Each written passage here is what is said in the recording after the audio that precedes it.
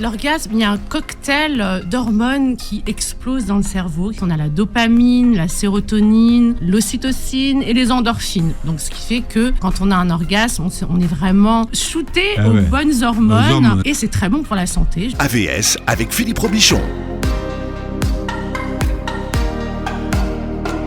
Yes, vous le savez, c'est pour à votre santé. Le mardi, à votre sexualité avec Nader Alami qui est avec nous. Bonjour Nader. Bonjour Philippe, bonjour tout le monde. Voilà, vous avez été rendu par les pharaons. Yeah. De retour des pharaons. Ils m'ont lâché. Ouais. Oui, c'est vrai.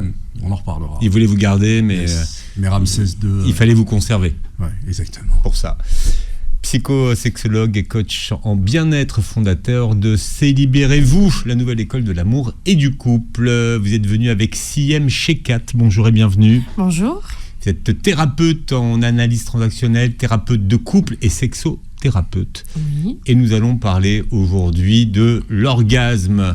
L'orgasme pour tous ce matin. Vous allez nous faire plonger dans ces fameuses injonctions à l'orgasme.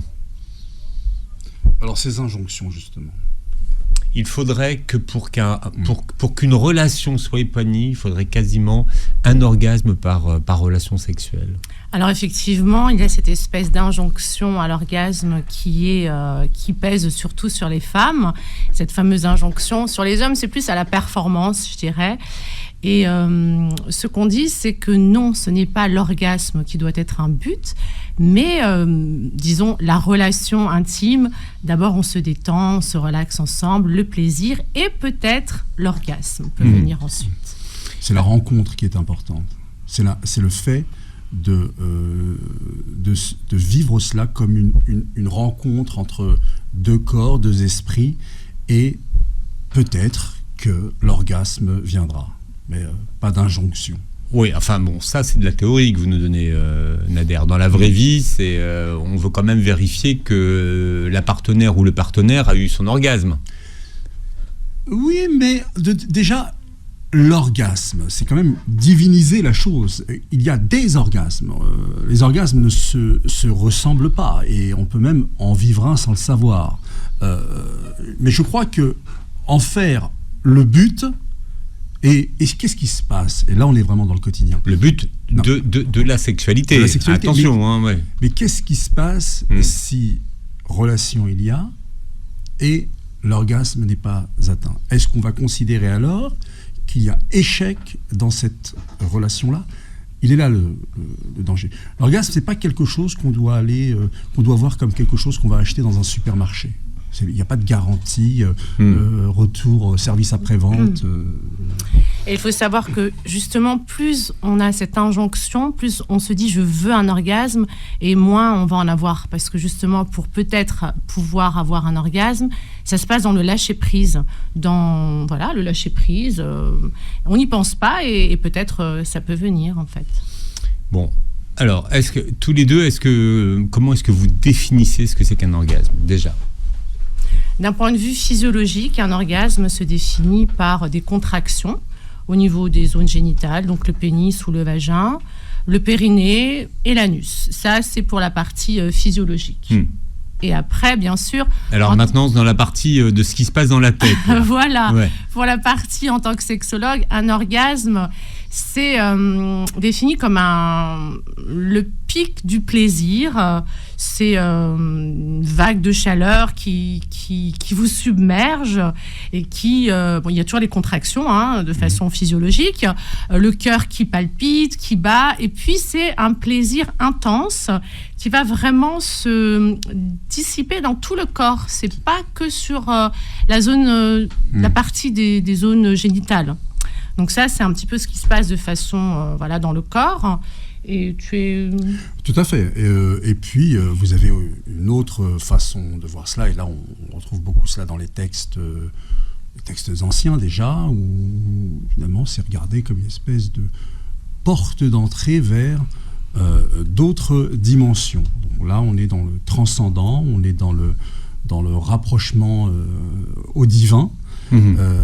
Et vraiment, là, l'être humain prend conscience vraiment dans son corps et son esprit même qu'il ne s'appartient pas, qu'il y a quelque chose au-dessus de lui. Et c'est ce qui le trouble complètement encore.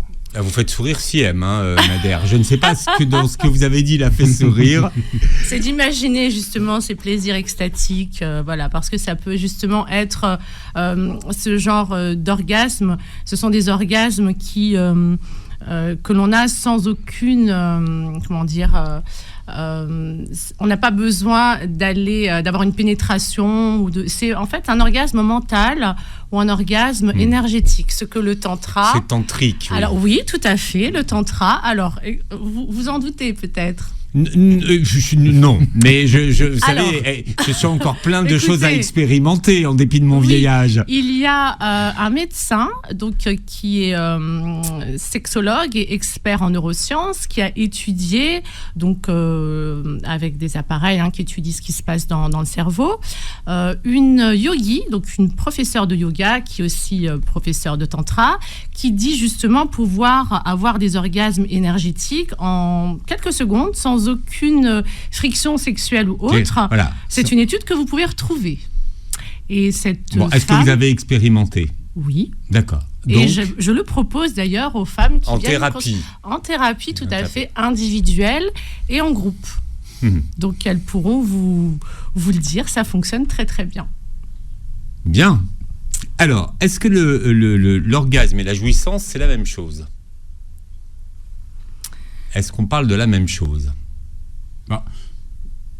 Siem. Pas tout à fait. Disons que l'orgasme, ce qui se passe, c'est... Il y a quand même... L'orgasme, il y a un cocktail d'hormones qui explose dans le cerveau. C'est un cocktail explosif, mais justement dans le bon sens. On a la dopamine, la sérotonine, l'ocytocine et les endorphines. Donc, ce qui fait que quand on a un orgasme, on est vraiment shooté aux bonnes hormones. Et c'est très bon pour la santé, justement. C'est pour ça que l'OMS aussi recommande d'avoir pas des orgasmes, on va plutôt parler d'une sexualité épanouie, mais ça, c'est l'orgasme. Après, la jouissance et l'orgasme... C'est quoi la différence, en fait, pour ceux qui nous écoutent ? Parce que... Comment tu définirais ça, toi, la différence ou... Ça dépend de qui le dit, en fait. Mais c'est pas une question de mots, c'est une question de ressenti, vous voyez, Nasser. L'orgasme, c'est encore plus fort. C'est ça. C'est plus fort que la jouissance. Ouais, c'est ça. L'orgasme, c'est, pour moi, comment je le définirais en tout cas, c'est justement où en fait, par exemple, l'orgasme peut durer sur plusieurs jours. Voilà, on a vécu cet orgasme-là maintenant. Tout à fait. Mais on peut le vivre, continuer de le vivre, et même l'entretenir sur le deuxième jour, le troisième jour, le quatrième jour. On est comme ça, dans une espèce d'euphorie, une espèce de plénitude extraordinaire qui relève justement de cela. Alors que la jouissance, c'est quelque chose de tout à fait ponctuel. Voilà, c'est le moment même et le moment juste après, mais bon, ensuite on passe à autre chose. Donc on ne peut pas confondre les deux. Jouir. On peut jouir sans avoir d'orgasme. Est-ce que c'est ça qu'il faut que je comprenne ? On peut jouir sans avoir d'orgasme. Alors, si on prend par exemple chez les hommes, et là il y a une... Parce que la question se pose souvent chez les hommes, c'est très bien, on parle justement. D'éjaculation. Alors là, les mots ne sont pas les mêmes. On peut avoir une éjaculation sans avoir eu d'orgasme. Et ça, c'est vrai que beaucoup de gens confondent cela.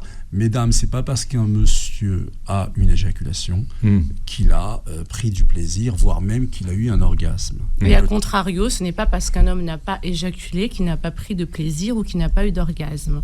Et ça, je l'ai encore eu cette semaine, un couple qui venait, d'ailleurs si vous m'entendez, ils sauront peut-être de qui je parle, et la femme se plaignait que effectivement l'homme arrivait à se retenir très souvent et à ne pas éjaculer, donc elle craignait qu'il ne prenne pas de plaisir avec elle, alors que justement pas du tout. L'orgasme, le mot est courant et le mot est connu, mais beaucoup ont encore du mal à l'identifier, ce que c'est qu'un orgasme finalement. Est-ce qu'on pourrait passer sa vie sans avoir d'orgasme ? Sans savoir vraiment ce que c'est ? Oui. Non, vas-y. Oui, tout à fait. D'ailleurs, c'est ce qu'on appelle l'anorgasmie. Voilà. En fait, c'est l'absence d'orgasme ou la difficulté à atteindre l'orgasme. Ouais. Je pense que qui vit un orgasme sait qu'il vit un orgasme. Il y a quelque chose d'inné chez l'être humain où, sans même avoir expérimenté quelque chose, il la reconnaît. Voilà. J'ai beaucoup observé que chez les humains, comme chez chez le vivant en réalité, voilà, il y a quelque chose on n'a pas encore vécu cette chose, mais on la reconnaît quand elle est là. Et effectivement, sinon, il y a ce qu'on appelle l'anorgasmie, ce qui montre bien... Qui est un trouble, voilà. Mais ce qui montre bien justement qu'on sait qu'on ne l'a pas vécu. Et que la souffrance vient surtout de l'attente qui existe de le vivre. Et ensuite, ça peut être... Oui, c'est ça en fait. Oui, voilà, ça peut être... on peut accompagner par rapport au trouble de l'anorgasmie. Donc, dans un premier temps, on va s'assurer qu'il n'y a pas de cause médicale, neurophysiologique, etc. Ou même, au point de vue, moi, il m'est déjà arrivé d'avoir une femme sur plusieurs séances et on cherchait l'origine de son anorgasmie pour qu'elle me dise à un moment donné qu'elle avait effectivement subi une excision. Donc là, évidemment, c'est plus compliqué. Donc, on va d'abord vérifier qu'il n'y ait pas de cause médicale. Et si la cause est purement psychologique, là, on va voir à quel niveau ça se situe. Et ça peut être accompagné. Puis les personnes, les femmes, peuvent avoir des orgasmes. Mais pas que les femmes, ça arrive aussi aux hommes, de souffrir d'anorgasmie. C'est ça qu'on essaie de bien comprendre aujourd'hui. Il y a eu beaucoup d'études sur les orgasmes. Est-ce qu'on sait vraiment ce qui se passe au niveau de la tête ? Quelles sont les séquences de l'orgasme ? Ou pas ? Il y a des études qui sont faites, encore une fois, grâce aux neurosciences. On étudie de plus en plus le cerveau.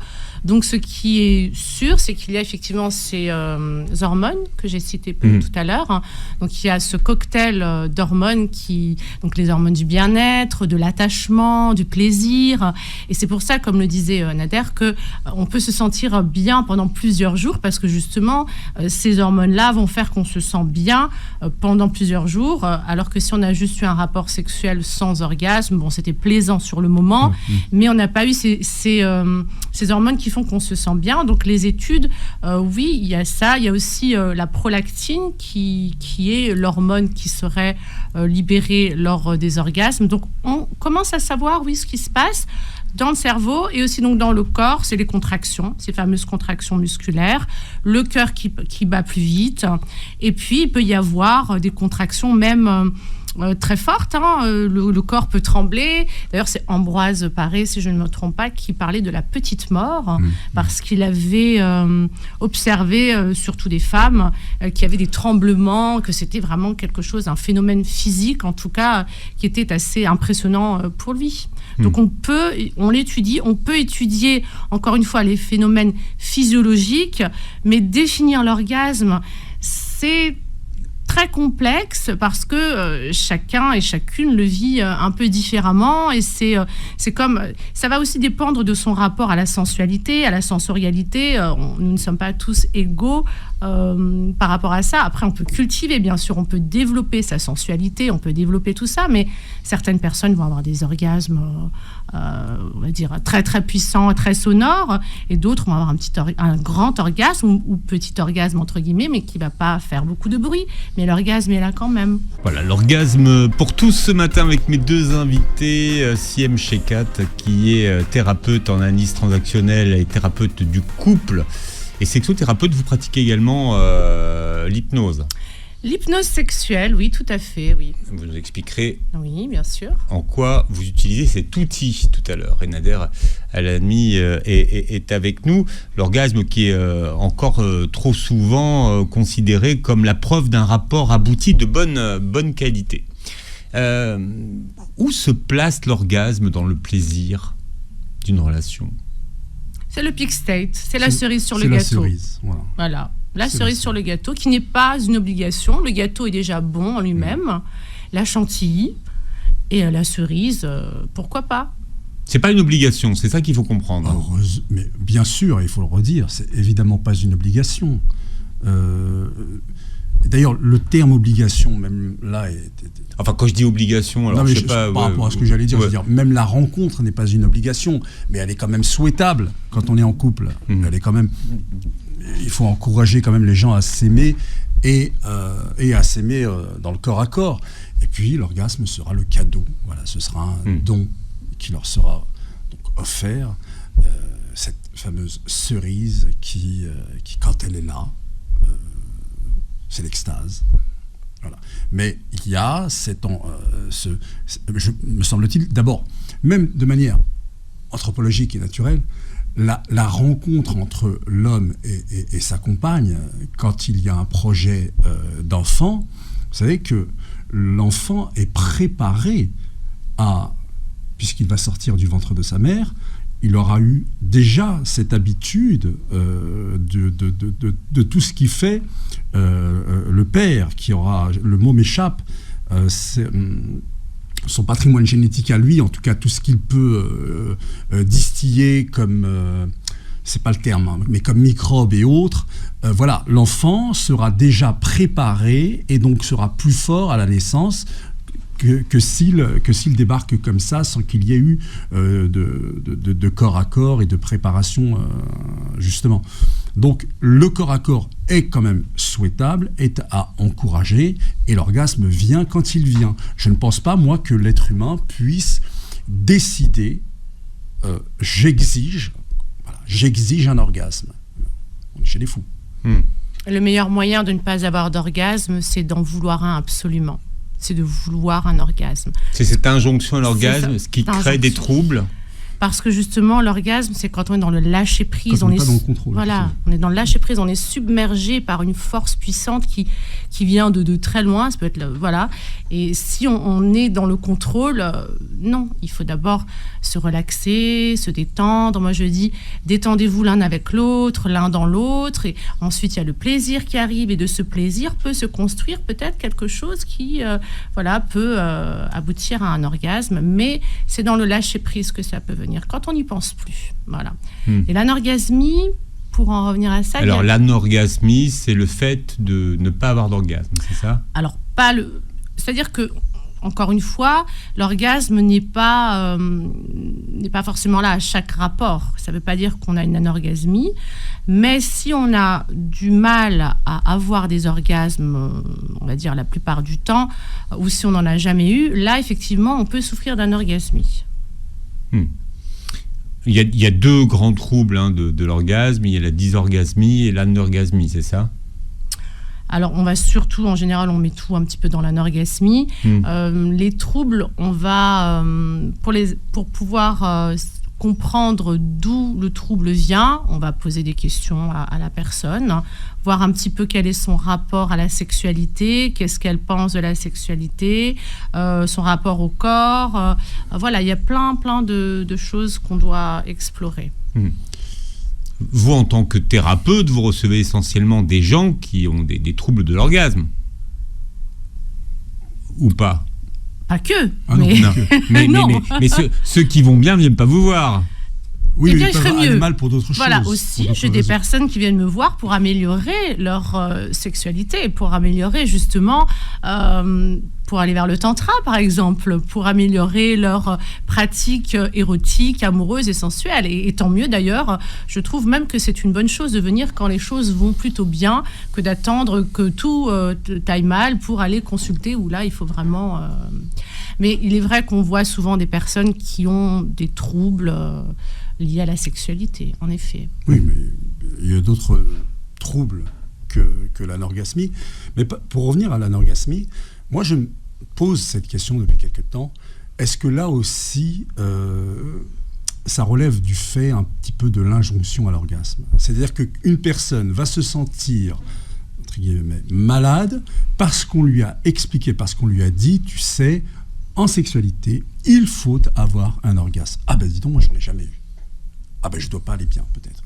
Alors que peut-être que cette personne-là, finalement, elle va bien, elle vit sa vie, elle a ce corps à corps, elle a du plaisir quand même, c'est pas l'extase, mais on lui a intubé dans son esprit que, ben non, c'est pas ça la sexualité. Vous voyez ce que je veux dire ? Enfin, une sexualité épanouie. Voilà, avoir une sexualité C'est ça.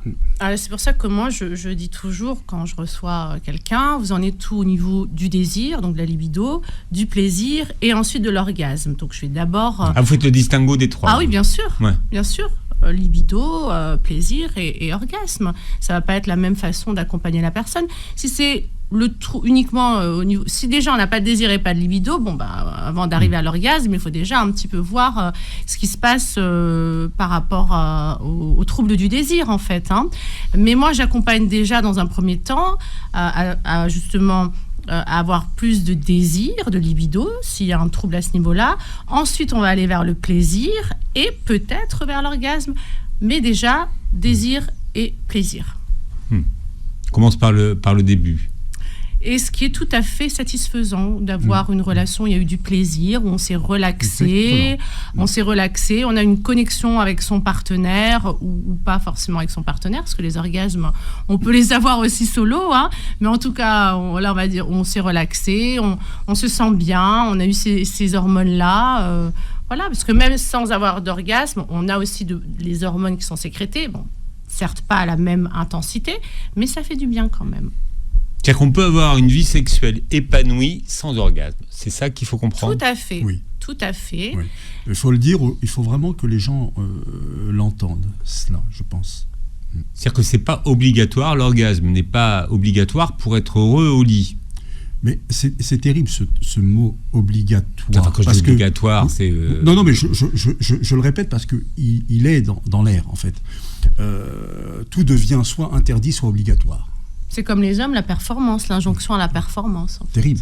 Il y a rien de pire comme angoisse à mettre dans la tête d'un bonhomme que de lui dire tu dois être performant, sinon bouge pas. Forte chance qu'à la première fois où il ne sera justement pas performant. Vous voulez dire à la première panne. À la première panne. C'est ça que vous voulez dire. Absolument. Il en fera tout un... Et puis ça remet pas seulement la panne en jeu, ça remet parfois toute son identité d'homme masculine en jeu. Voilà. Donc ces injonctions, ces obligations-là sont véritablement ce qui, moi, me semble freiner ce qui est de plus important, à savoir la rencontre. La rencontre, la connexion, tout à fait, la relaxation, le lâcher-prise, voilà. Enfin, le lâcher-prise, on le met à toutes les sauces aujourd'hui.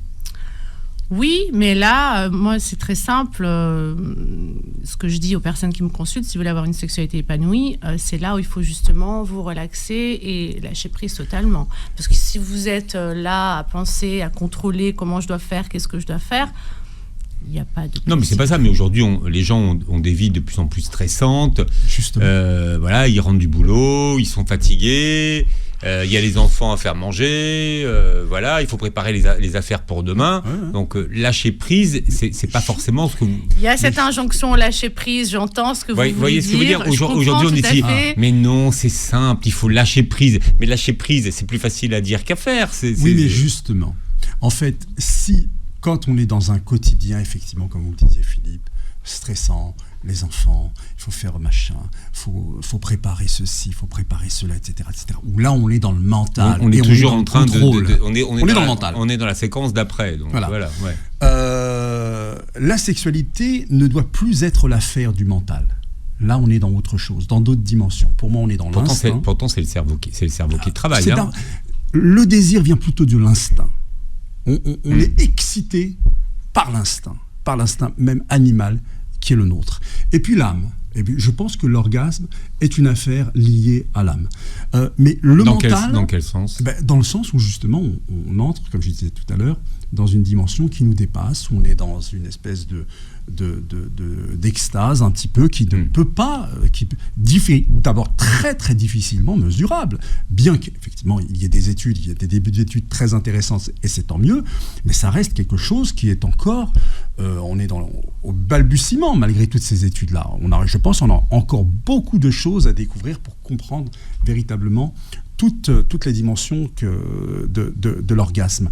Mais justement, cette rencontre doit être la récréation. On ne peut plus, là encore, être dans le contrôle. On est déjà assez dans le contrôle comme ça.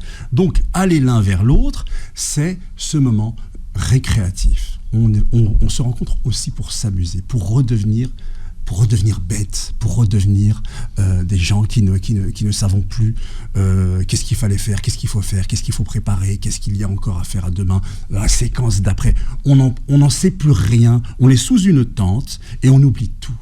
Voilà. Et ça, c'est en tout cas la meilleure disposition dans laquelle il faut être pour peut-être vivre un orgasme.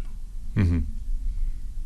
Vous êtes d'accord avec la tante Siem ? Tout à fait. Et d'ailleurs, pour répondre à votre question, enfin en tout cas à ce que vous souleviez comme problème du fait des quotidiens, les quotidiens surchargés qui ne nous permettraient pas de nous relaxer, la solution, les orgasmes. Voilà. D'ailleurs, il y a même la journée mondiale de l'orgasme qui a été créée par 2 personnes. L'association, si je ne me trompe pas, c'est Global Orgasme. C'est au solstice d'hiver, donc le 21 ou le 22 décembre. C'est là où il n'y a pas de lumière, donc on est au top de la déprime. Voilà.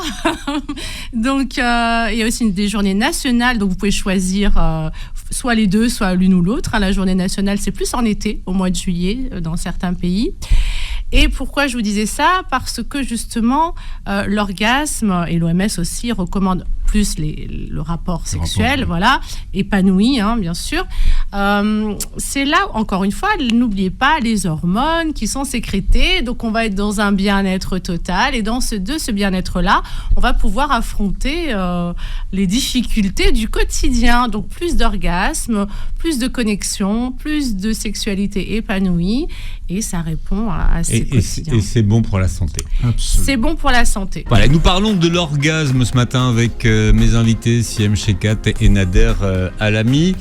Physiologiquement, les femmes auraient plus de capacité à l'orgasme que les hommes. Vrai ou pas vrai ? Alors, ça dépend ce que vous voulez dire par là. Elles ont plus de capacité à être multi-orgasmiques. Alors, multi-orgasmique, ça veut dire quoi pour tout le monde ? Je te laisse. Ça veut dire c'est pouvoir enchaîner plusieurs orgasmes de suite, c'est ça ? C'est ça. Elles auraient la capacité de pouvoir enchaîner plusieurs orgasmes à la suite, ce qui n'est pas toujours le cas pour les hommes, mais il y a aussi des hommes qui sont multi-orgasmiques.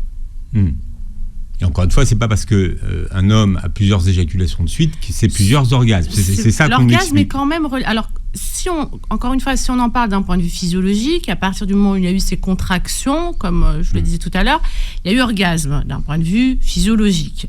Mais l'orgasme ne se définit pas que de cette façon-là. Donc, on va quand même dire, est-ce qu'il y a eu du plaisir ? S'il y a eu ce plaisir, on va plutôt parler de plaisir. C'est un pic vraiment de plaisir. L'orgasme, si on devait vraiment le définir, c'est un pic de plaisir. C'est plaisir plus. Plus. Ouais. Voilà. Oui, et beaucoup d'hommes pourront dire qu'il y a éjaculation sans ces fameuses contractions. Tout à fait. Donc il n'y a pas orgasme, il y a simplement l'éjaculation, et ce qui est salutaire. Alors quand on va vous voir et que vous ouvrez votre boîte à outils, qu'est-ce qu'on trouve dedans, dans votre boîte à outils de thérapeute ? Vous avez parlé tout à l'heure d'hypnose. Alors, homme ou femme... Ça va être un petit peu pareil. Donc moi, quand on vient me voir, comment j'accompagne les personnes qui souffrent d'anorgasmie, ça va être avec différents outils. Par exemple, le yoga. Donc je suis formée au Kundalini Yoga. On va beaucoup utiliser le breathwork, donc les techniques de respiration. Les techniques de respiration pour aller se relaxer, encore une fois, pour lâcher prise, relaxer le corps, le mental. Voilà, donc les techniques de respiration. Un travail sur le périnée, parce que le périnée, tonifier le périnée chez les hommes et chez les femmes. Parce que les hommes ont aussi un périnée. Tout à fait. Ils ne le savent pas, mais ils ont un périnée. Exactement. Non, mais on parle toujours du périnée, de la rééducation du périnée chez les femmes. Tout à fait. Donc, travail sur le périnée, donc les contractions, avec, maintenant, on peut travailler soit avec, donc surtout les exercices de Kegel. Non. Ça peut être simplement... Alors, qu'est-ce que il faut nous expliquer, là, parce que là, vous sortez des... Alors, c'est des après, ce sont des contractions spécifiques. On va contracter le périnée avec une certaine intensité, etc. C'est des exercices très spécifiques qui sont utilisés en kiné, surtout. Donc, les exercices de Kegel, le travail du périnée... On peut utiliser les boules de geisha, qui avant était plutôt réservé à la sphère un peu, on va dire, coquine. Et maintenant, vous avez des dispositifs médicaux qui sont vraiment, qu'on trouve en pharmacie, qui s'apparentent à des boules de geisha pour justement avoir ces contractions du périnée sur ces boules-là. Et il existe aussi des appareils maintenant avec biofeedback qui sont très très efficaces. Alors le biofeedback pour tout le monde. Exact, hommes et femmes. D'accord, ce sont des électrodes qu'on vous place sur le cerveau, c'est sur la tête. Alors non. Celui-là, on le place pas sur la tête, on le place ailleurs. Siam, vous allez m'intéresser. Si vous ne les placez pas sur la tête, vous les placez où? Alors pour les femmes, on va le placer dans le vagin. Mais pas nécessairement, ça peut être à l'extérieur. Si la femme souffre de vaginisme, on va le faire à l'extérieur. Et l'avantage, c'est que quand elle va contracter justement, faire ses exercices de Kegel, avec des jeux très ludiques, d'accord, et vraiment, c'est comme des jeux vidéo en fait, mais qui travaillent sur le périnée, qui est essentiel à la santé. Cela dit en passant, c'est essentiel à la santé des femmes et des hommes aussi. Et l'avantage, c'est qu'elle va avoir vraiment un retour à la fin. Il y a une analyse de la force, de l'endurance, de l'intensité. Et puis, souvent... Donc, vous vous renforcez. En fait, ce sont des exercices de renforcement. Ce sont des exercices de renforcement. D'accord. Tout à fait. Des exercices de renforcement qui sont agrémentés de quelques vibrations, quelquefois. Donc, voilà, c'est le petit plus plaisant. Et il existe aussi des appareils pour les hommes à l'extérieur ou bien à l'intérieur pour la prostate, etc., pour stimuler la prostate. Ça, c'est encore autre chose. Là, vous allez faire peur à beaucoup de nos auditeurs, Siam. Je vais vous dire, là, Non, je vous taquine. Je vous dis les différentes choses qui existent. Après, libre à chacun d'explorer, de ne pas explorer. On parle pour le moment de dispositifs médicaux, en tout cas. D'accord ? Donc, on travaille sur le périnée, sur la respiration, sur bien être à l'aise dans son corps. Surtout pour les femmes. Pour les hommes aussi, être à l'aise dans son corps. Je vais leur proposer des exercices pour déverrouiller les hanches, le bassin, encore une fois des exercices du périnée. Ça va être très pratique. En tout cas, moi, je vais vraiment leur montrer. Et souvent, je prends aussi des exercices issus de la danse orientale. Par exemple, le 8 extérieur, les tremblements, des exercices comme ça qui sont vraiment très, très intéressants. Et ensuite, l'hypnose aussi. Voilà. L'hypnose. Alors, qu'est-ce que vous travaillez en hypnose ? Ça va dépendre la raison pour laquelle on vient me consulter. Si c'est de l'anorgasmie, si c'est... ça dépend de ce qu'on... Trouble du désir. Tout dépend de ce qu'on me demande, en fait. Donc là, en l'occurrence, on parle d'orgasme. Donc, je vais accompagner aussi bien hommes que femmes, mais je dois avouer que j'ai plus de femmes qui me demandent ça, mais ça fonctionne très bien avec les hommes aussi. Donc, je vais les accompagner. Par l'hypnose, en fait, elles vont pouvoir ressentir ce qu'est qu'un orgasme énergétique. Donc, ce fameux orgasme énergétique. On va suggérer des situations. Donc, son cerveau se sera déjà mis dans une situation de comprendre ce qu'est le plaisir. Et ça veut dire que comme elle l'a vécu dans le corps et dans la tête, une fois qu'elle sera avec son partenaire ou toute seule, elle sait ce qu'est un orgasme. Enfin, le corps sait. Il y aura une mémoire, c'est ça ? Il y a une mémoire de l'orgasme et l'orgasme arrive. Donc, elle va avoir des orgasmes pendant la séance d'hypnose. Voilà. C'est quoi l'orgasme énergétique ? Ça veut dire que sans aucune stimulation physique, des parties génitales ou autres, il peut y avoir un orgasme qui est donc une réelle montée de plaisir, de chaleur aussi. Il y a vraiment les mêmes, presque tous, pas tous bien sûr, les mêmes effets physiologiques, la chaleur, le cœur qui bat, parfois aussi le son, en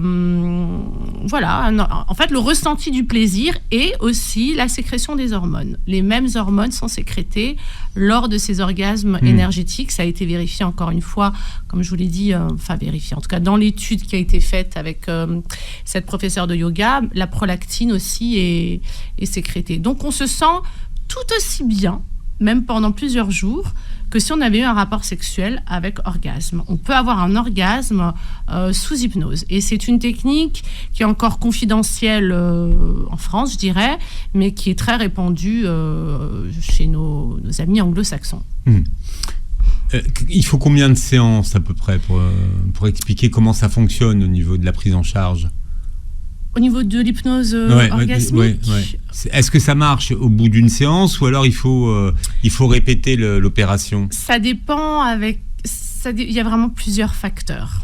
Déjà, est-ce que la personne connaît bien son corps, a l'habitude de faire un peu de yoga, a l'habitude est-ce qu'elle est ouverte à l'hypnose, est-ce qu'elle est réceptive à l'hypnose ? Ça peut être en une séance, comme généralement il faut quand même plusieurs séances. Mais certaines personnes, en 1 à 2 séances, ça fonctionne très bien. Mais souvent, comme en hypnose, il est nécessaire en général d'avoir plusieurs séances en fonction de la réceptivité et de là où en est la personne aussi. Nader, quels sont les outils dont vous disposez, vous, dans votre boîte à outils ? Ce sont les mêmes, mais je vous ai jamais entendu parler d'hypnose, Nader. Alors là, non, ça j'y suis pas encore. Je renvoie vers Siam, évidemment, qui aura beaucoup plus de talent que moi là-dessus.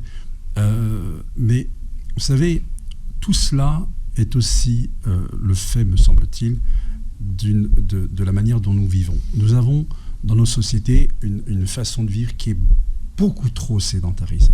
Quand on en vient à travailler le périnée, c'est aussi une conséquence de cette extrême sédentarisation. Parce que le périnée travaille de lui-même lorsqu'on est en mouvement. Donc moi déjà, ce que j'essaie de voir avec l'individu, c'est qui êtes-vous ? Comment vivez-vous ? Faites-moi un petit peu le tableau de votre semaine. Évidemment, si monsieur, par exemple, notamment, est professeur à la faculté et qu'il est ou bien chez lui, il est à son bureau, à la fac, il est à son bureau, sinon il est à l'amphithéâtre, où il est en voiture ou dans les transports. Très bien, monsieur, vous êtes constamment assis, donc vous n'avez pas de jambes, vous marchez jamais, vous ne courez pas. Comment ça peut aller, comment ça peut fonctionner ? Donc on essaie aussi de travailler un petit peu ce changement, parce qu'il s'agit de quoi en réalité ? Il s'agit de travailler avec les personnes une transformation. On va vous aider, on va vous accompagner vers une transformation avec le potentiel qui est le vôtre. Je n'invente pas que vous avez des jambes, je n'invente pas il n'existe pas qu'un bureau, il n'existe pas que la possibilité d'être entre 4 murs, il existe aussi la possibilité d'être dehors au moins une bonne partie de la journée chaque jour, même s'il pleut, même s'il neige. Enfin, voilà, je pense qu'il faut aussi travailler, c'est ce que moi j'essaie de faire avec mes patients, mes patientes, un retour finalement à une vie d'être humain dans une atmosphère qui, originellement, est meilleure pour l'être humain et qui le conduit ensuite, même à travailler parfois son manque de libido. C'est évident que rester entre 4 murs, c'est pas bon pour la sexualité. Bouger, c'est bon pour vos orgasmes. C'est ça que vous êtes en train de nous dire, Nader. Absolument. C'est bon pour tout. C'est bon. L'orgasme est la conséquence heureuse d'une façon d'être, d'une façon de vivre, d'une façon de se nourrir, d'une façon de dormir, d'une façon de bouger. Voilà. L'orgasme en est la conséquence heureuse. Siem, on vous retrouve sur les réseaux ? On vous trouve comment ? Alors, on me trouve surtout sur Médoucine, si on veut prendre rendez-vous avec moi. Sur les réseaux, oui, mais je communique pas beaucoup. Donc, on peut me trouver sur Instagram. Mais pour un rendez-vous, ce sera directement sur Médoucine. Et un mot sur un événement que nous préparons ensemble, le 8 juin à Paris, au T-Loft. C'est au T-Loft. Au T-Loft. Le T-Loft. Oui. Ce que veulent les hommes. Alors, on va s'intéresser à ce que veulent les hommes, parce que beaucoup de dames me contactent pour me dire « Les hommes, on n'y comprend plus rien ». Eh bien, on va justement voir ensemble, finalement, qui sont-ils ces hommes ? Est-ce qu'ils veulent qu'ils les conscientisent ou pas ? C'est votre sujet, ça, en plus. J'adore. C'est votre sujet, ça. Oui. Bien. 8 juin. Oui. Et justement, lors de cette conférence, je proposerai un atelier pour les femmes qui pourront explorer un petit peu, ou même beaucoup, ce dont je viens de parler, tout ce qui est orgasme énergétique, travail du périnée, bassin, hanche, etc. Bon, on s'inscrit comment? Pour les femmes. Réservé exclusivement aux femmes. J'ai bien compris, là, mais vaut mieux. On s'inscrit sur le site Lotiloft. Ça s'écrit comment pour moi, le T-E-A, Loft. Oui, comme la boisson. Yes. Voilà. Je comprends vite, mais il faut m'expliquer longtemps, Nagar. Comme Iced. Comme Ice Tea. Voilà, c'est ça. D'accord. T-Loft. Bien, Siem, merci d'avoir été avec nous. Merci à vous. Nader, on vous retrouve mardi prochain. Alors, vous réécouterez l'émission en podcast sur beurrefm.net et vous verrez les captations de cette émission sur la chaîne YouTube. Et passez une très belle journée santé sur Beurre FM.